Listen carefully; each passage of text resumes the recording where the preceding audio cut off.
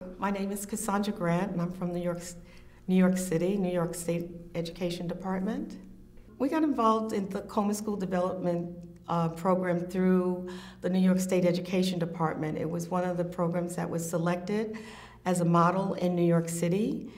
And during the O.B. Porter, when special funding was allowed for schools to select school development programs, Comer School Development Model was one of the programs that was selected.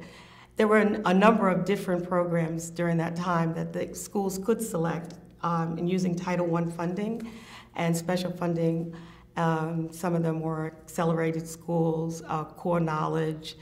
But the Coleman School Development Program was a model that really stood out to me. I felt personally drawn to that model because it had aspects that I thought were ones that really looked at education in a way that was very different. It looked at education in terms of child development. It looked at education in terms of relationship. It looked at education in terms of bringing the community and the school together as a family. And I thought that was very different. It was a way of life that I thought was important for children and for families as well as for educators. So it brought them all together as a family.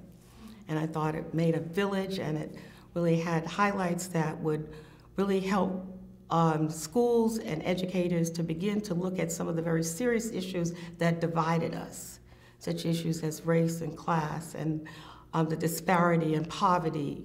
The fact that it wasn't really just about academics, but you really had to focus on the development of the child and what was important, and how do you really support the child in relationship to their families, and how do you help educators that may not be from that community understand the needs and the culture of a community so that children can really learn, so that all children can learn. And schools are not just for some children, but for all children. Education has to be very different. It has to be a different design, and I thought Dr. Comer really captured that. In Maggie's Dream, I thought he captured that in his school development.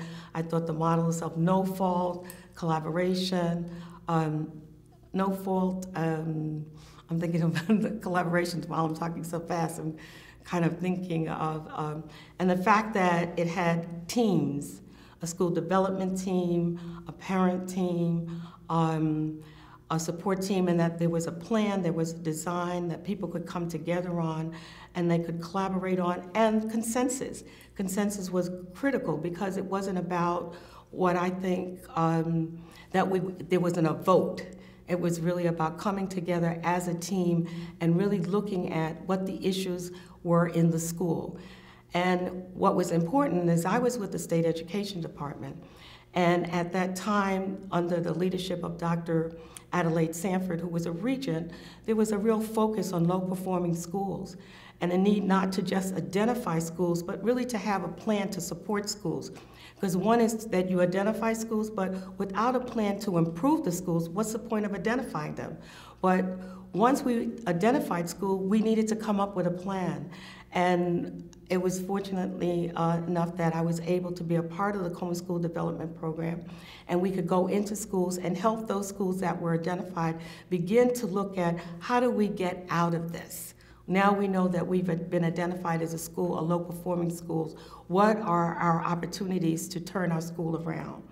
And this really opened a conversation, not with just the principal, and it brought the superintendent in, because you cannot just go into a district and work with one school. You really need to work with the superintendent of the school, who had really the kind of resources that could support the change that needed to take place at the school level. And the school was then a little bit closer to the community, so that was another way of bringing the community in and really making a family out of the whole situation. But I think what is important in a district as large as New York is that you really have to have buy-in. And we needed buy-in not only from the school level, but we had to have buy-in from the state level, from the local level, which is a district. But not only did we work with the district, we had to work with the New York City Department of Education, in addition to the unions.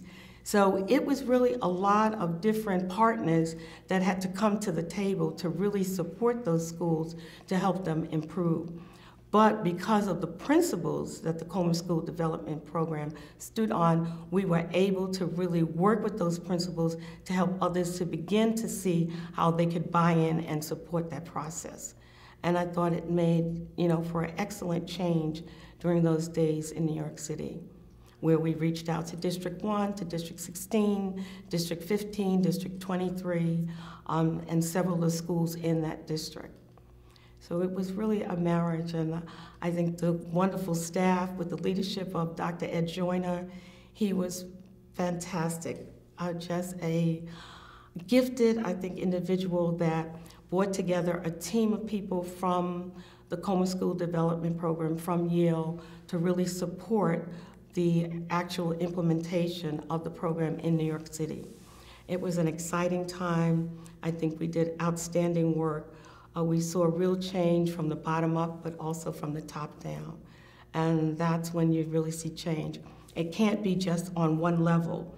It has to be supported from the bottom, but also from the top. And during that time, we had that kind of support on all levels, which made a magnificent difference. I'm an early childhood teacher, so I really think that child development is critical to an educator really having an understanding for education.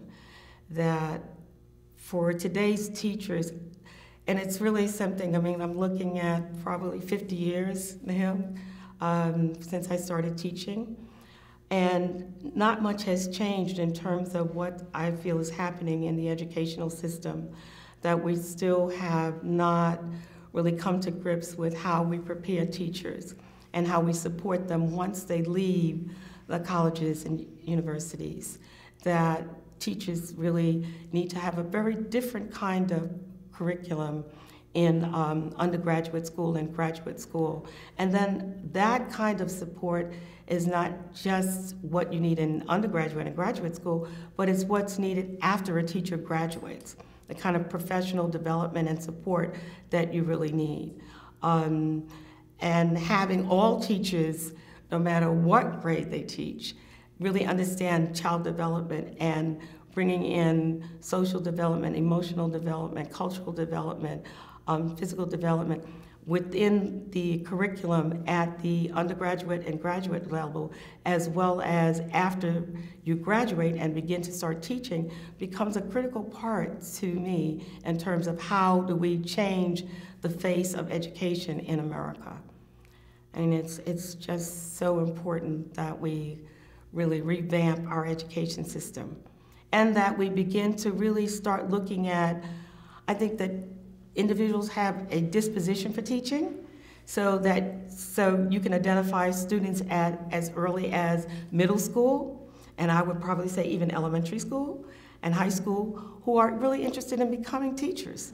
But what do we do in elementary, middle, or high school to support individuals who identify with that as their passion? I think teachers have a certain passion for teaching, and they know that very early in life. But how are our schools designed to capture that and support that so that students don't just choose education at the college level? And how can we continue it from the beginning of school till they complete their education?